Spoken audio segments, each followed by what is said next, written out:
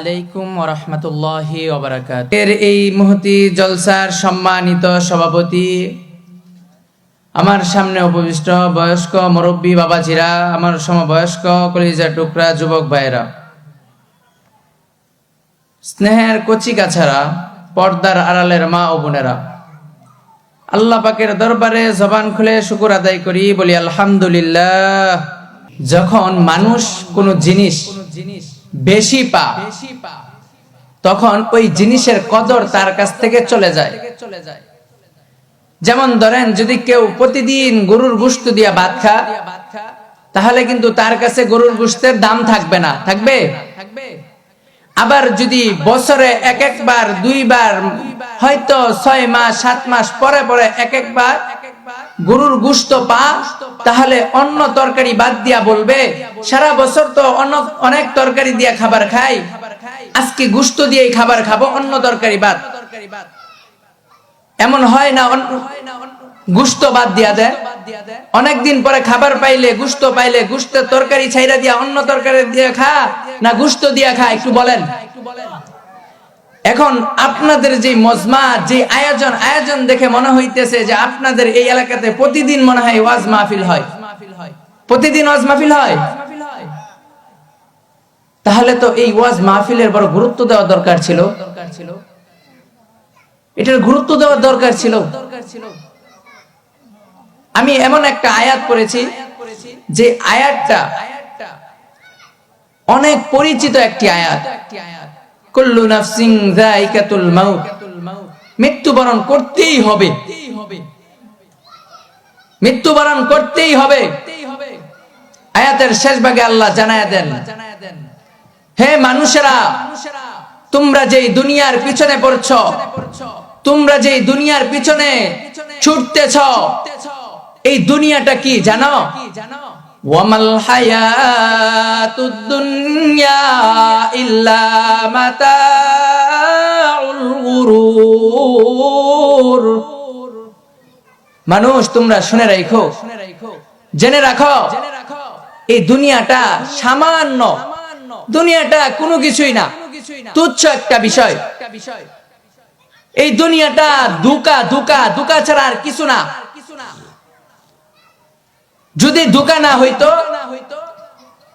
আমাদের উস্তাদ, একজন উস্তাদের মৃত্যুটা এমন মর্মান্তিক, মানুষ মারা যাবে বটে সত্য, 100 ভাগ সত্য মানি, কিন্তু একজন উস্তাদ ছিল আমাদের, যে উস্তাদের মৃত্যুটা বড় ভয়ঙ্কর মৃত্যু ছিল, খুব কষ্ট ছিল।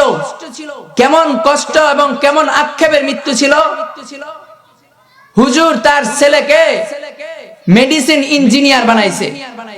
ঔষধ পাতি যে বানাই, কোন ঔষধ কতটুক দিয়া ঔষধটা বানাইলে কোন রোগের কাজ হবে, এইটা যারা নির্ণয় করে, ইঞ্জিনিয়ার, এরকম মেডিসিন বিশেষজ্ঞ ইঞ্জিনিয়ার বানাইছে।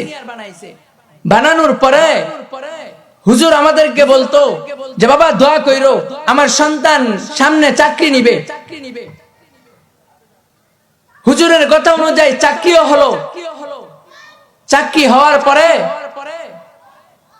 যেই দিন বেতন পাইলো, সন্তান জীবনের প্রথম বেতন পাইলো, উস্তাদ বড় আনন্দ খুশিতে যাকে পাইতো তাকেই বলতো আমার সন্তানের চাকরি হয়েছে, এইটা বইলা হাইসা দিত। আর সমস্ত মানুষ যারা চিনতো সবাই বলতো মিষ্টি খাওয়াইতে হইব। পরে বললো যে 10 তারিখে বেতন পাবে, মিষ্টি খাওয়াবো। কিন্তু ভাগ্যের নির্মম পরিহাস, সন্তান বেতনও পাইলো, কিন্তু বেতন পাইয়া বাড়িতে আসলো, আইসার বাবাকে পাইলো না। বাবাকে আর পায় নাই দুনিয়াতে। সন্তান বেতন পেয়েছে ঠিক, কিন্তু বাবাকে পায় নাই। তখন ওই মানুষগুলি যারা বলতো মিষ্টি খাওয়াইতে হবে, ওই মানুষগুলি চক্ষু দিয়া পানি ঝরছে যখন শুনলো যে সন্তান বেতন পাইয়া, সন্তান বেতনের টাকা নিয়ে আসতেছে, আর বাবার বাড়িতে লাশ হয়ে আছে। এই দুনিয়া থেকে চলে যেতে হবে, দুনিয়া থেকে চলে যেতে হবে, এটাই চির বাস্তব, এটাই চির সত্য। কিন্তু আমরা এটা জানি শুনি, কিন্তু এটা আমরা আমাদের অন্তর দিয়া চিন্তা করি না। আসেন আমাদের যে মৃত্যুবরণ করতে হবে এটা নিয়ে একটু চিন্তা করি, একটু ভাবি। যদি একটু চিন্তার ভাবনা আমাদের ভিতরে ঢুকে যা, তাহলে আর কোন ওয়াজ আর কোন নসিহত আমাদের লাগবে না। এমনি এমনি আমাদের ভিতর পরিবর্তন হয়ে যাবে। আমাদের মৃত্যুবরণ করতে হবে। আমি ছোট্ট গ্রামের ছোট্ট মানুষ, আমাকে কে বা চিনে? আমি মরলে কি আসে যা, আমি বেঁচে থাকলে কি আসে যা, এটা মনে হতে পারে। কিন্তু তাই বলে আমার আর আপনার মৃত্যু হবে না এমন না। আবার দেশের সবচেয়ে বড় যে ক্ষমতাধর, দেশের সবচেয়ে বড় যে সেলিব্রিটি, দেশের সবচেয়ে বড় যেই মাতবর, যার খুব নাম ডাক, ওই লোকটারও মৃত্যু হবে না এমন না, ওই লোকটারও মৃত্যু হবে। এমন ওই ইতিহাস থেকে কিছু মানুষের মৃত্যুর খবর জানাবো, যে মানুষগুলি মৃত্যুবরণ হয়ে যাওয়ার কথা ছিল বহু আগে, কিন্তু মৃত্যুবরণ তার নির্ধারিত সময় ছাড়া হয় নাই। আল্লাহ কোরআনের ভিতরে জানায়া দেন, ইন্নাল মাউতাল্লাযী তাফিররুনা মিনহু ফাইন্নাহু মুলাকীকুম। ও মানুষরা, তোমরা কি মনে করেছ মৃত্যু তোমাদেরকে পাবে না? না না না, অবশ্যই মৃত্যু তোমাদেরকে পাবে। এখন যদি আমি আর আপনি আল্লাহকে প্রশ্ন করি, ও গো আল্লাহ, মৃত্যু তো আমাকে পেয়ে বসবে যদি আমি কোনো মজবুত দুর্গের ভিতরে পলায়ন করি, যদি আমি শক্ত কোনো ঘরের ভিতরে যাইয়া লুকাই, শক্ত মজবুত কোনো বাক্সের ভিতরে, সিন্ধুকের ভিতরে ঢুকে যায়, যেই সিন্ধুকের কোনো দরজা নাই, একটা দরজা ছাড়া আর কোনো দরজা নাই, এবং ওই সিন্ধুকের একটা ছিদ্র নাই যে জায়গা দিয়া কোনো আলো বাতাস ঢুকবে, এমন একটা সিন্ধুকের ভিতরে যদি আমি ঢুকে যাই, তারপরও কি আল্লাহ আমার মৃত্যু আসবে? আল্লাহ জানা দেয়, আইনামা তাকুনু ইদরিকুমুল মাউত। তোমরা যেখানেই পলাও না কেন, মৃত্যু থেকে যেখানেই পলায়ন করো, ওয়ালাউ কুনতুম ফি বুরুজিম মুশাইয়াদা, দুনিয়ার যেই জায়গায় পলায়ন করো, যত মজবুত দুর্গের ভিতরে পলায়ন করো, জেনে রাখো, জেনে রাখো, মৃত্যু তোমাকে পেয়ে বসবে, মৃত্যু তোমাকে পেয়ে বসবে। যদি মৃত্যু থেকে বাঁচা সম্ভব হইতো, ইব্রাহিম খলিলুল্লাহ মৃত্যুবরণ করতেন না, মুসা কালিমুল্লাহ মৃত্যুবরণ করতেন না, বাদশাহ সুলাইমান মৃত্যুবরণ করতেন না, সবাই মৃত্যুবরণ করলো, আমার আপনার নবী মৃত্যুবরণ করতেন না। কে ইব্রাহিম খলিলুল্লাহ, কে ইব্রাহিম খলিলুল্লাহ কেন মৃত্যুবরণ করতেন না? আল্লাহ জানায় দেয়, যখন নমরুদ আগুনের কন্ড জ্বালাইলো, যখন নমরুদ একটা বিশাল আগুনের কন্ড বানাইলো, ওই কন্ডের ভিতরে যখন ইব্রাহিম নবীকে ফেলায় দেওয়া হলো, আল্লাহ হুকুম দিলেন, ও আগুন তুমি ঠান্ডা শীতল হয়ে যাও। যে আগুনের কাজ ছিল দুনিয়াকে জ্বালায় দেওয়া, যেই আগুনের কাজ মানুষের অস্তিত্ব ধ্বংস করে দেওয়া, যেই আগুনের কাজ কোন জিনিসের অস্তিত্ব বিলীন করে দেওয়া, ওই আগুন ইব্রাহিম নবীকে পুড়ে নাই। গুলিস্তা কুনদা আতশে বর খলিল, গুলিস্তা কুনদা আতশে বর খলিল, গরুহা বাতাশ বরদ যাবে নীল, গরুহা বাতাশ বরদ যাবে নীল। अगर लुत्फ खाई अजहार कार्द, अगर लुत्फ खाई अजहार कार्द, खलील अरबुद जाहिदे बहरुबार। ইব্রাহিম খলিলুল্লাহ যে আগুন মানুষকে ধ্বংস করে দেয়, ইব্রাহিম খলিলুল্লাহর জন্য সেই আগুন জান্নাতের বাগান হয়ে গেছে। কিন্তু ওই ইব্রাহিম খলিলুল্লাহ দুনিয়ার ভিতরে নাই। ওই ইব্রাহিম খলিলুল্লাহ দুনিয়া থেকে চিরবিদায় নিয়ে কবরের দেশে পাড়ি জমাইছে। ও ইমানদার মুমিন মুসলমান, আজকে ঘরে বসে রইলা, আজকে রাস্তা দিয়ে হাঁটতেছ, একটু চিন্তা করো, চিন্তা করো, যদি এই মুহূর্তে মালাকুল মউত ফেরেশতা চলে আসে, কি অবস্থা হবে? কি জবাব আল্লাহর কাছে দিবা?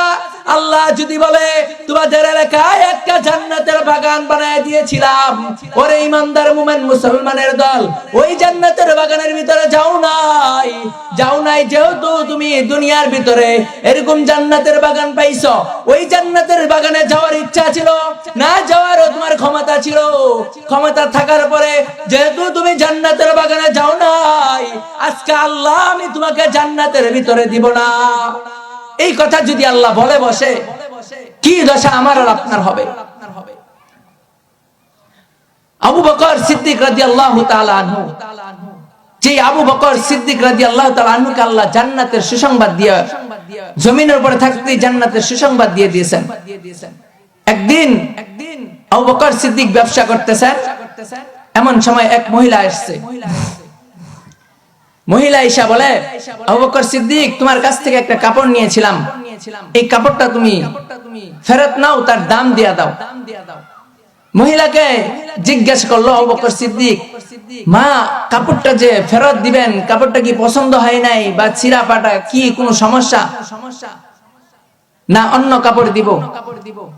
মহিলা বলে, না, এই কাপড়টা যখন নিয়েছিলাম তখন ভালো লাগছিল, ঘরে নিয়ে রাখছি, একদিনও পরি নাই, কাপড়টা এখন আর ভালো লাগতেছে না। এই কথাটা বলার পরে আবু বকর সিদ্দিক রাদিয়াল্লাহু তাআলা আনহু সজোরে কান্না শুরু করলেন। আবু বকর সিদ্দিক যখন কান্না শুরু করলেন, উনার কান্না দেখা মহিলা চিন্তায় পড়ে গেল। আবু বকর সিদ্দিক ব্যবসা করে, একটা কাপড় আমার কাছে বিক্রি করেছে, এখন ওই কাপড় বিক্রি করার লাভের অংশ মনে হয় সে খরচ করে ফেলেছে, বিক্রির টাকা সে মনে হয় খরচ করে ফেলেছে, এখন কিভাবে আমাকে টাকা ফেরত দিবে? হয়তো তার কাছে টাকা নাই, এই লজ্জায় সে কান্না করতেছে। মহিলাটা ডাক দিয়া বলে, আবু বকর সিদ্দিক, ও আবু বকর, তোমাকে কাপড় দিলাম, কাপড় ফেরত নিয়া কাপড়ের টাকা দিবা, কেন তুমি কন্দন শুরু করলা? আবু বকর সিদ্দিক বলে, আমি কবরের ভয়ে, হাসরের ভয়ে কান্না শুরু করলাম। কে ওই আবু বকর সিদ্দিক? যে আবু বকর সিদ্দিক কে আল্লাহ রাব্বুল আলামিন জমিনের উপরে আছে, এখনো মৃত্যু হয় নাই, জান্নাতের সুসংবাদ দিয়ে দিয়েছে, এমন একটা মানুষ কবরের ভয়ে কান্না করে। ও ইমানদার মুমিন মুসলমান, আজকে তোমার আমার কি হয়ে গেল? আমার তোমার চোখের সামনে আমার বাবা মারা যায়, আমার দাদা মারা যায়, আমার চাচা মারা যায়, আমার ভাই মারা যায়, আমার সমবয়স্ক কত যুবক মারা যায়, কিন্তু তারপরেও তোমার আমার ভিতরে একটু অনুশোচনা আছে না, যে আমিও তো একদিন এই দুনিয়া ছেড়ে চলে যাব, কি নিয়ে যাব? এই চিন্তাটা যদি তোমার আমার ভিতরে চলে আসতো, ও যুবক ঘরে বসে থাকতে পারতা না, ও যুবক ভাই রাস্তা দিয়ে হাঁটতে পারতা না, ও যুবক ভাই হেডফোন কানে লাগাইয়া এই মাইকের আওয়াজ চাইতেছে, তারপর হেডফোন লাগায় তুমি গান শুনতে পারতা না। আলহামদুলিল্লাহ আপনাদের পরিবেশ তো ভালো। কিছুদিন আগে এক জায়গায় গেলাম মাহফিল করতে, এখন মাহফিলে যখন প্যান্ডেলের পাশ দিয়ে যাইতেছি, এক ভদ্রলোক সে মোবাইল হেডফোনও লাগাইছে না, এমনি মোবাইলের লাউড স্পিকার দিয়া মাঠের এক কোনায় বসে গান শুনতেছে। বক্তা এক সাইডে বসে বয়ান করতেছে আর সে আরেক সাইডে বসে গান শুনতেছে। আজকে আমাদের ইমানদারদের অবস্থা কি হয়ে গেছে?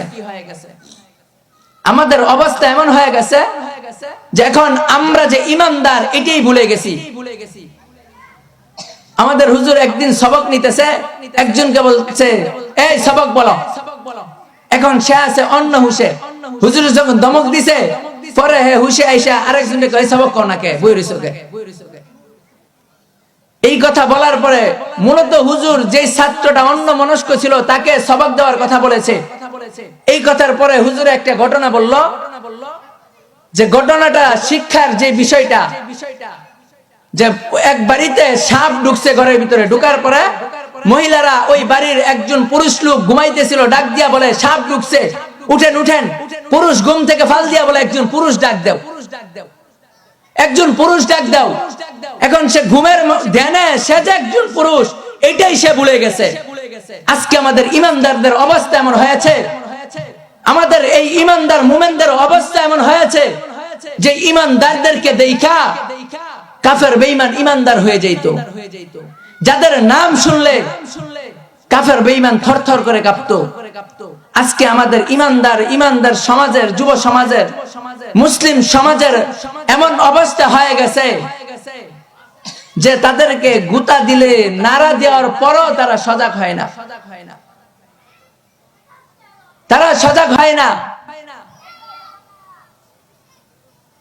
এই যে আমাদের যে অধপতন, এই অধপতন কিভাবে দূর হবে? আমাদেরকে তো জান্নাতের সুসংবাদ দিয়ে দেওয়া হয় নাই। আবু বকর সিদ্দিককে জান্নাতের সুসংবাদ দিয়ে দেওয়া হয়েছিল। যখন মহিলা আবু বকর সিদ্দিককে জিজ্ঞাসা করলো, কেন তুমি কান্না করো? আবু বকর সিদ্দিক ডাক দিয়া বলে, মা, আপনি যখন একটা কাপড় ক্রয় করেছেন, এই কাপড়টা ক্রয় করে বাড়িতে নিয়ে গেলেন, কিছুদিন রাখলেন, তারপর আর বলেন পছন্দ হচ্ছে না। এই কথা বইলা কাপড়টা ফেরত দিয়ে দিলেন। আল্লাহ রাব্বুল আলামিন তো আমাকে জান্নাতের সার্টিফিকেট দিয়ে দিয়েছেন, সুসংবাদ দিয়ে দিয়েছেন। কাল কিয়ামতের দিন যদি আল্লাহ আমাকে ডাক দিয়া বলে, আবু বকর তুমি আমার জন্য কি নিয়ে আসলা?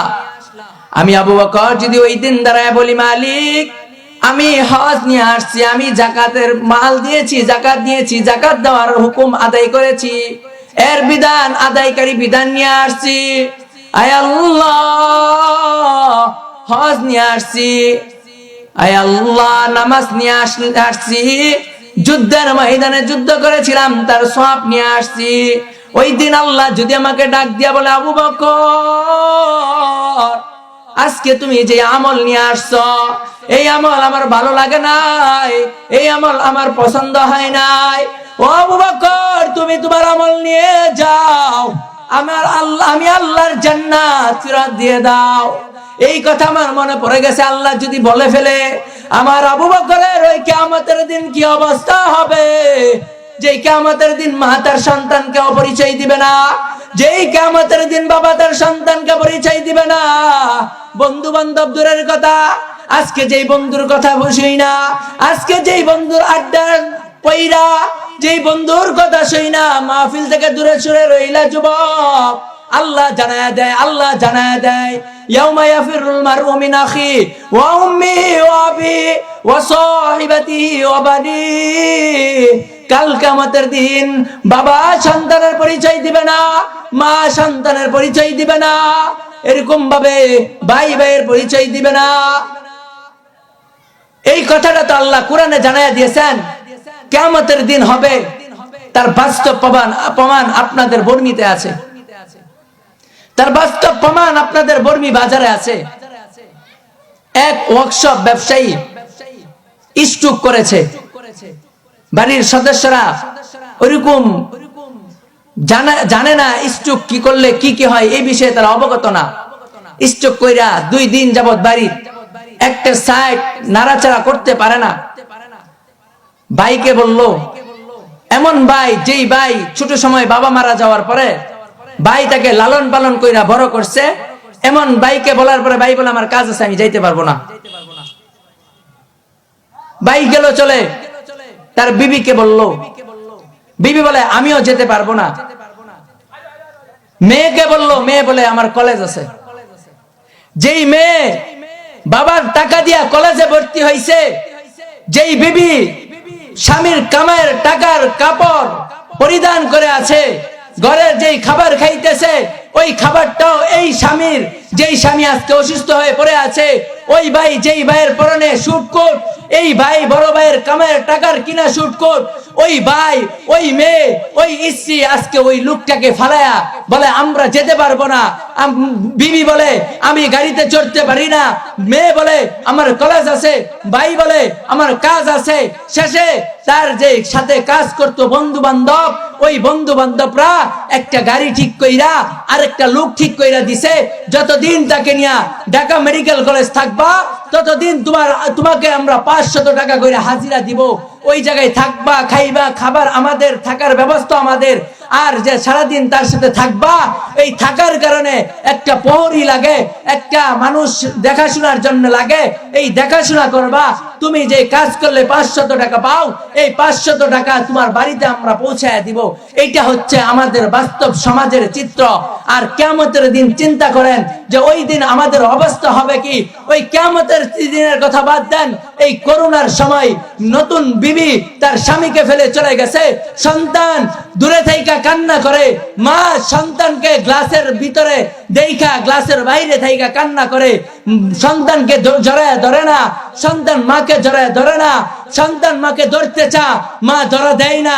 কারণ এই কথা তারা জানে, এই কথা তারা মানতো, যেটা ইসলামে কোনো ভিত্তি নাই। সরাসরি বলতে ইসলামে কোনো রোগ নাই, কিন্তু এটা একটা ভয় আতঙ্ক মানুষের ভিতরে কাজ করেছে যে যদি আমাকে ধরে, আমি যদি ধরি, এই রোগ আমার মাঝে চলে আসবে, আমি মারা যাব। এই মৃত্যুর ভয় সে তার সন্তান থেকে দূরে সরে রয়েছে, সন্তান তার মা থেকে দূরে সরে রয়েছে, সন্তান তার বাবা থেকে দূরে সরে রয়েছে, সন্তান তার মাকে ঘর থেকে বের করে দিয়েছে একমাত্র মৃত্যুর ভয়ে। আর আল্লাহর নবী বলেন, যেই ব্যক্তি দিনে 20 বার মৃত্যুর কথা স্মরণ করবে, ওই লোকটা যদি ওই দিনে মারা যায়, তাহলে সে জান্নাতি হয়ে মারা যাবে, আল্লাহ তাকে জান্নাত দিয়ে দিবে। বলতেছিলাম ইব্রাহিম খলিলুল্লাহ, যে ইব্রাহিম খলিলুল্লাহকে আগুনে ফালাইছে, নমরুদ আগুনের কুণ্ড জ্বালাইছে, জ্বালাইয়া আগুনে ফালাইছে, পুড়ে মেরে ফেলবে। কিন্তু আল্লাহ হুকুম করলেন, হে আগুন, তুমি আমার বন্ধু খলিলের জন্য ফুল বাগান হয়ে যাও, তাকে পুরাইবা না, তার একটা শরীরের পশম যেন না পুড়ে। আবার শীতল হইতে যাইয়া এমন ঠান্ডা হয়ে যেও না যেন আমার বন্ধু খলিল ইব্রাহিমের কষ্ট হয়, এমন যাতে না হয়। আগুন তার জন্য শান্তিদায়ক হয়ে গেল। ওই ইব্রাহিম খলিলুল্লাহ আগুনে পইরা মৃত্যু হয়ে যাওয়ার কথা ছিল, মৃত্যু হয় নাই। 41 দিন পর, 40 দিন পর ওই আগুনের কুণ্ড থেকে বের হয়ে আসছে। ওই খলিলুল্লাহ ইব্রাহিমও যেহেতু দুনিয়ায় নাই, আমি আর আপনিও থাকবো না, আমি আর আপনিও থাকবো না। মুসা কালিমুল্লাহ গণক বলেছে ফেরাউনকে, ও ফেরাউন, সাবধান হয়ে যাও, বনি ইসরায়েল এমন একটা যুবক আসতেছে, যেই যুবক তোমার রাজত্বকে ধ্বংস করে দিবে। এই কথা বলার পর ফেরাউন তার সন্ত্রাস বাহিনী দিয়া লাগাই দিল বনি ইসরায়েলের ঘরে। দেখো কোন সন্তান আসে, সন্তানটা যদি ছেলে হয় কোনো কথা নাই, সাথে সাথে তোমরা তাকে হত্যা করে ফেলবা। ফেরাউন এই হুকুম জারি করে দিল, এই হুকুম জারি করে দিছে। আর দেশের যত বনি ইসরায়েলের ভিতরে ছেলে সন্তান হয়, ওই সন্তানদেরকে হত্যা করে। এক পর্যায়ে মুসা কালিমুল্লাহ দুনিয়াতে আসলেন। আসার পর আল্লাহ রাব্বুল আলামিন জানিয়ে দিলেন, ও মুসা কালিমুল্লাহর মা। মোহতারাম, এই যাও, এটা যাও, কই থাকো মিয়া, ম্যাক চালাও।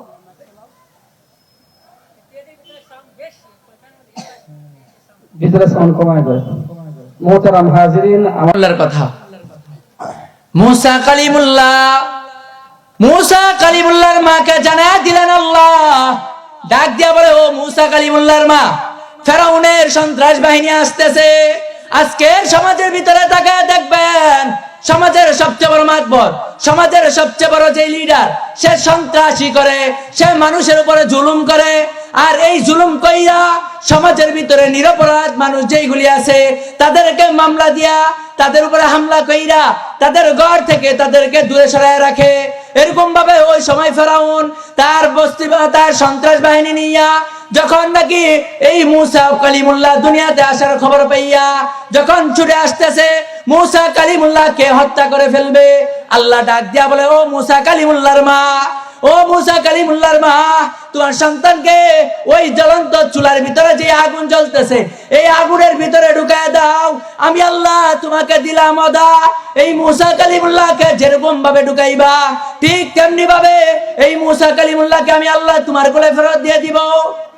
ওই মুসা কালিমুল্লাহ যখন চুলাই ঢুকায় দেওয়া হয়েছে, তখন কিন্তু মৃত্যু হয়ে যাওয়ার কথা ছিল, ওই সময় মৃত্যু হয় নাই। তারপরও মুসা কালিমুল্লাহর মৃত্যু হয়েছে। তিনারা তো দুইজন ছিলেন নবী, বাদশাহ সুলাইমান, যিনি নবীও ছিলেন, পয়গম্বরও ছিলেন।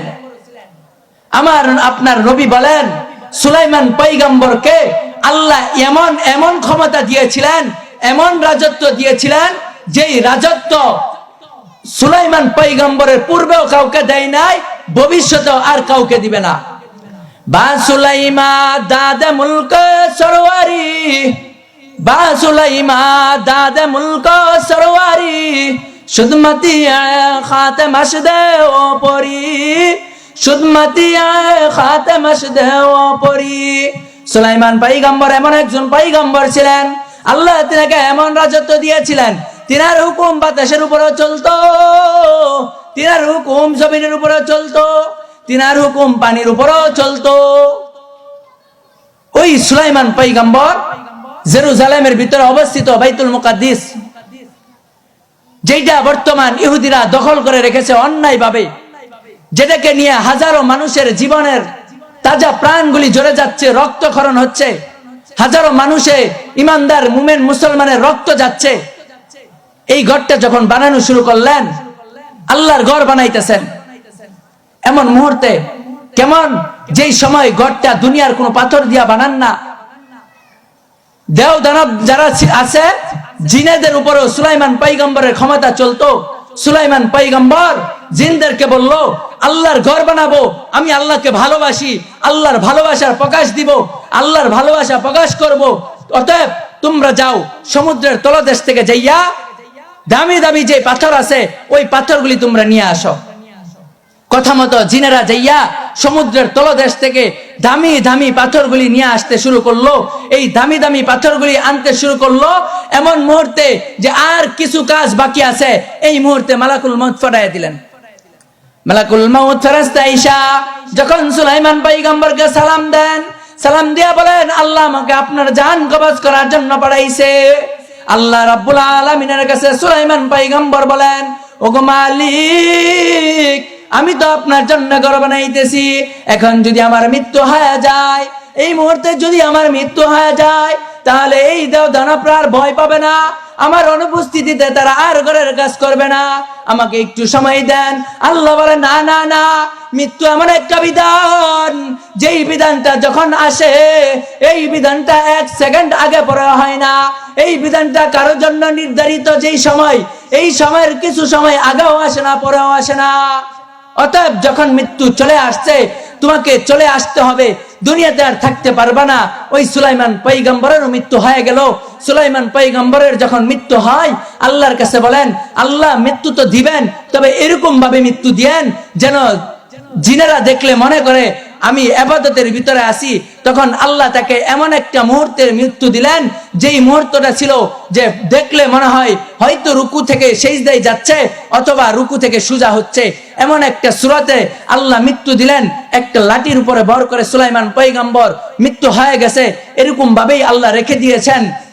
রেখে দেওয়ার পরে যখন কাজ শেষ, এমন সময় উলি পোকাও এই লাঠিটা খেয়ে ফেললো। খেয়ে ফেলার পরে লাঠিটা যখন চলে গেল, সুলাইমান পয়গম্বর মাটিতে লুটিয়ে পড়লেন। ওই সময় জিনেরা বুঝলো, মানুষেরা বুঝলো যে সুলাইমান পয়গম্বরের মৃত্যু হয়ে গেছে।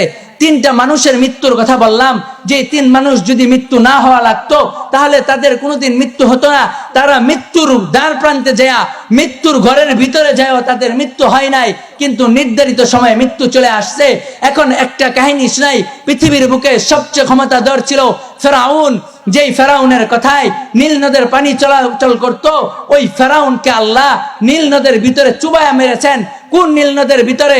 যে নীল নদকে বললে যে নীল নদ এখন তুমি বাটি হয়ে যাও, তোমার পানি বাটা করে দাও, পানি বাটা হয়ে যাইতো। আবার বলতো জোয়ার আসো, ওই নীল নদের ভিতরে জোয়ার আসতো। ওই ফেরাউনকে আল্লাহ মৃত্যু দিয়েছে। কেমন মৃত্যু দিয়েছে?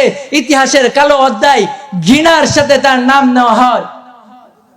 মিশরের জাদুঘরের ভিতরে অনেক মানুষের লাশগুলি মুমি বানাইয়া রাখা হয়েছে। ওই লাশগুলি মুমি বানাইয়া রাখতে যাইয়া দামি দামি মেডিসিন লাগাইতে হয়।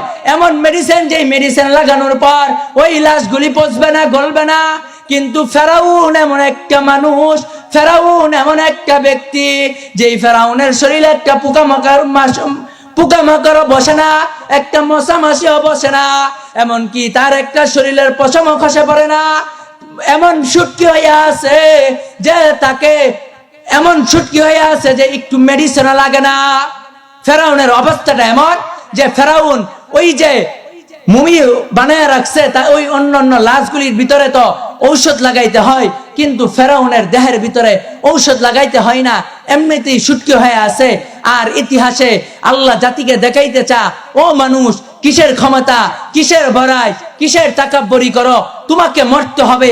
তাকায় দেখো নমরুদ, ফেরাউন, আবু জাহেল, উতবা, শাইবা, যাদের ক্ষমতায় জমিন কাঁপতো, যাদের ক্ষমতার সামনে কারো কথা চলতো না, যাদের ক্ষমতার সামনে আর কারো ক্ষমতা চলতো না, ওই মানুষগুলি জমিনের ভিতরে নাই।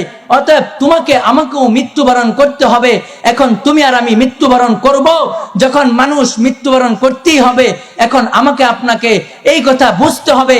দুনিয়ার পিছনে ছুটতেছি, আল্লাহর নবী বলে ছুটো, তবে ছুটতে যাইয়া যেমন গুড়ি উড়াইতে যাইয়া গুড়ির নালটা হাতে রাখো, দুনিয়াতেও চলতে যাও, চলো ইচ্ছা মতো চলো, কিন্তু চলার আগে এই কথাটা মাথায় রাখো যে একদিন তোমাকেও এই দুনিয়া ছেড়ে চলে যাইতে হবে। আজকে তাকায় দেখেন, যেই বাবার বাড়ি দিয়া বাড়িওয়ালা হইলাম, যেই দাদার জমি দিয়া জমিওয়ালা হইলাম, ওই দাদা কোথায়, ওই বাবা কোথায়? বাড়ির পাশে 3.5 হাত মাটির নিচে পড়ে আছে।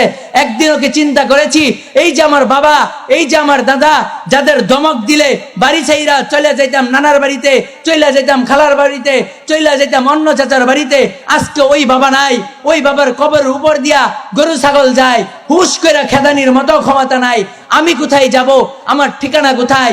এই যে দুনিয়া বানাইলাম, এই যে ঘর বানাইলাম, এই ঘর তো আমার না, এই ঘর তো আমার না।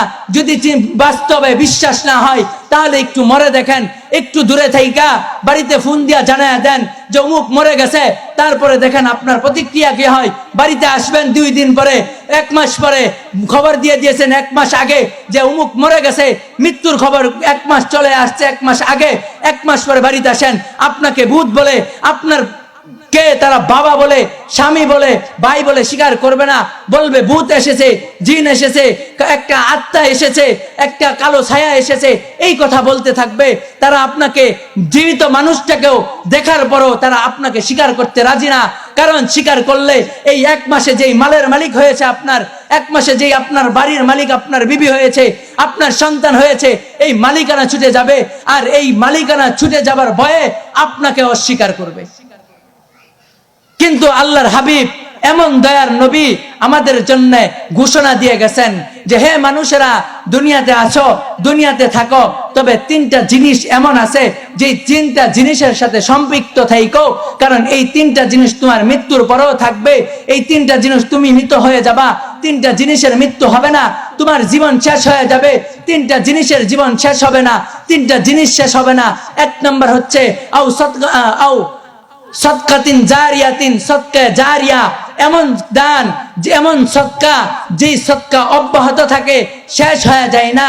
যেমন মসজিদ বানাইলেন, কিয়ামত পর্যন্ত মসজিদ থাকবে, এরকম রাস্তা বানায় দিলেন, কালভার্ট বানায় দিলেন, কিয়ামত পর্যন্ত থাকবে।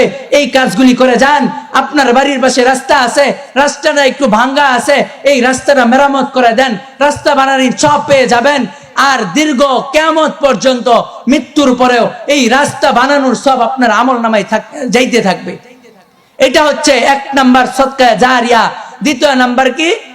আও ইলমিন ইনতাফাউ বিহি। 2 নাম্বার আমল হচ্ছে এমন ইলম, যেই ইলম জমিনের উপরে জিন্দা থাকে, যেই ইলম দিয়া মানুষ উপকৃত হয়। কোন কাকে উপকৃত বলা হয়? আজকে অঙ্ক শিখলাম, অঙ্ক শিখার কারণে মানুষ আমাকে টাকা দিয়া ঠকাইতে পারে না, এইটা উপকার না। উপকার হচ্ছে যে কিয়ামতের দিন কঠিন আযাব থেকে যেই ইলম আমাকে আপনাকে বাঁচাবে, ওই ইলমকে উপকারী ইলম বলা হয়। এই ইলম দুনিয়ার আর কোথাও শিক্ষা দেওয়া হয় না। এই ইলম একমাত্র শিক্ষা দেওয়া হয় কওমি মাদ্রাসাতে। আর পাশাপাশি আরেকটা মাদ্রাসা আছে, সরকারি দাখিল মাদ্রাসা, ওই মাদ্রাসাতেও এই ইলম শিক্ষা দেওয়া হয় না। ওই মাদ্রাসাতে পইরা কেউ বড় আলেম হইছে, হইয়া সে দিনের কাজ করতেছে এমন নাই। কিন্তু এই কওমি মাদ্রাসা থেকে ছোট্ট একটা মানুষ অল্প ইলম শিক্ষা করেছে, অল্প ইলম শিখছে, শিখার পরে এই ইলম দিয়া সমাজের মানুষ উপকার হইতেছে, ওই ইলমের বয়ান দিয়া মানুষগুলি নামাজি হইতেছে। এরকম ইলম যে ইলম দিয়া উপকার আছে। আর আজকে আপনাদের পাশে এরকম একটা ইলমের মার্কাজ, আপনি যদি এই ইলমের মার্কাজের যদি যত্ন না নেন, আল্লাহ জানায়া দেন লাইন শাকারতুম লাযিদান্নাকুম ওয়া লাইন কাফারতুম ইন্না আযাবি লাশাদীদ। ও ইমানদার মুমিন মুসলমান শুনে রাখো, আমি তোমাদেরকে যেই নিয়ামত দিলাম, ওই নিয়ামত যদি তোমরা নিয়ামতের শুকর আদায় না করো, তাহলে ওই নিয়ামত বেশি দিন থাকবে না। ওই নিয়ামত থাকবে না, এখানেই শেষ না, ওই নিয়ামত চলে যাবে, তারপর গজব আসবে। এই নিয়ামত এইখান থেকে কি নিয়ামত আসে? এখান থেকে আল্লাহর নবী বলেন তৃতীয় নাম্বার হচ্ছে এমন একটা সন্তান, এমন সন্তান যে সন্তানকে নেককার সন্তান বলা হয়। এই নেককার সন্তান যদি দুনিয়াতে রেখে যান, তাহলে এই নেককার সন্তান আপনি মারা যাওয়ার পর নেক আমল করবে। আমার মা দুনিয়াতে নাই, আমি যেই বয়ান করতেছি, এই বয়ান করার সাথে সাথে আমার মায়ের আমল নামায় কবরে এর সব পৌঁছে যাইতেছে। ঠিক ততরূপ যদি আপনার আমল, আপনি যদি এমন একজন যদি নেককার সন্তান রেখে যান, তাহলে তার আমল করবে, নেক আমল করবে, ওই আমলগুলি আপনার কবরে যাইতে থাকবে। আর ওই মাদ্রাসা দিনের মার্কাজ, ওই দিনের মার্কাজ মাদ্রাসা থেকে এমন সন্তান হয় যেই সন্তান মৃত্যুর পরে কাজে লাগে। দুনিয়ার ভার্সিটি থেকে এমন সন্তান হয় না। তবে শুনে রাখেন, দুনিয়ার ভার্সিটি থেকে কেমন সন্তান হয়? এমন সন্তান হয় যেই সন্তান তার স্যারকে ধরে পানিতে চুবায়, এমন সন্তান হয়, এমন আদর্শ সন্তান হয় যে আদর্শের কারণে তার স্যারের কলার ধরে টাইনা ক্লাসরুম থেকে বের করে নিয়ে আসে। এমন আদর্শের সন্তান হয় যেই সন্তান 100টা মেয়েকে দর্শন করে, দর্শন করার পরে ওই কলেজের ভিতরে, ওই ভার্সিটির ভিতরে মিষ্টি বিতরণ করে। এইটা হচ্ছে দুনিয়ার এই জাগতিক শিক্ষার ফসল।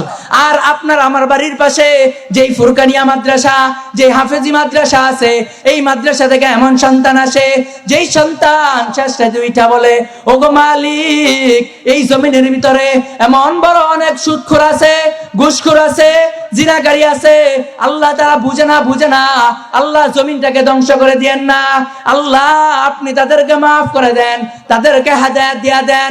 এই সন্তানটা আপনার আমার বাড়ির পাশের মাদ্রাসা থেকে হয়। এই মাদ্রাসার যত্ন নিবেন না, পরের দিনে এই মাদ্রাসা বন্ধের পরের দিন অবস্থা কি? এমন সন্তান আপনার ঘরে আমার ঘরে আল্লাহ দিবে, যেই সন্তান আমাকে লাঠি দিয়া, আমাকে উস্টায়া, আমাকে গাড় দইরা ঘর থেকে বের করে দিবে। আর যদি একটু ভদ্র হয়, তাহলে লাঠি দিয়া বের করবে না, সিধা বৃদ্ধাশ্রমে নিয়ে আসবে। এখন আমরা কি বৃদ্ধাশ্রমে যাইতে রাজি আছি? যদি বৃদ্ধাশ্রমে যাইতে রাজি না থাকেন, যদি সন্তানের হাতের মায়ের খাইতে রাজি না থাকেন, কমপক্ষে আপনার সন্তানকে কোরআনটা শিখায়া তারপর ডাক্তার বানায়েন, কোরআনটা শিখায়া তারপর ইঞ্জিনিয়ার বানায়েন। তাহলে এই সন্তান ডাক্তার হইয়া বাবাকে বাড়ির চাকর, মাকে বাড়ির চাকরানি, বাবাকে গেটের দারোয়ান বলবে না, বলবে এটা আমার বাবা, পরিচয় দিতে দ্বিধাবোধ করবে না, যদি তার ভিতরে কোরআন থাকে। তো এই কারণে আমাকে আপনাকে মরতে হবে। আর যেহেতু মারাই যাব, এই তিনটার যে কোনো একটার সাথে সম্পৃক্ত থাকবো। হয়তো সদকা জারিয়া হয় এমন মসজিদ, মাদ্রাসা এবং ভালো কাজগুলি, রাস্তা, কালভার্ট, এগুলির সাথে সংযোগ থাকবো, এগুলি করব। আর যদি এলেম শিক্ষা করতে পারি, আর এখন যেহেতু এলেম শিক্ষার বয়স চলে গেছে, আমার আপনার সন্তান ভবিষ্যৎ প্রজন্মকে দিয়া এই দিন শিক্ষা করান, তাহলে মরার পরে এমন বাদশা হবেন, এমন বাদশা হবেন। আল্লাহর নবী বলেন যে হাফেজে কোরআনের মা বাবাকে 2টা টুপি দেওয়া হবে, এমন টুপি যে 2টা টুপির নূরের আলো এত বেশি থাকবে যে যদি কারো ঘরে দুনিয়ার সূর্য আইনা দেওয়া হয়, এই সূর্য ঘরে আসলে আসমানের উপরে আছে, কত দূরে আছে, এই সূর্য ওখানে থেকে এত আলো দেয়, ঘরে আসলে কেমন আলো দিবে এটা বলা বাহুল্য। ঠিক তদরূপ হাফেজে কোরআনের বাবার মায়ের মাথায় 2টা টুপি পরায়া দিবে, যেই টুপির আলো এই সূর্য থেকে বেশি হবে। অতএব আল্লাহ তাআলা আমাদের সকলকে এই মাদ্রাসার প্রতি যত্ন নেওয়ার তৌফিক দান করুক এবং আমাদের সকলকে নেককার সন্তান দান করুক। এমন সন্তান, যেই সন্তান আমাদের মৃত্যুর পরে কাজে আসে। যেই কথাগুলি বললাম প্রথমে, এই কথাগুলির উপর আমাকে এবং যারা শুনলেন আল্লাহ তাআলা সকলকে আমল করার তৌফিক দান করুক। ওয়া মা আলাইনা ইল্লাল বালাগ। আসসালামু আলাইকুম ওয়া রাহমাতুল্লাহি ওয়া বারাকাতুহু।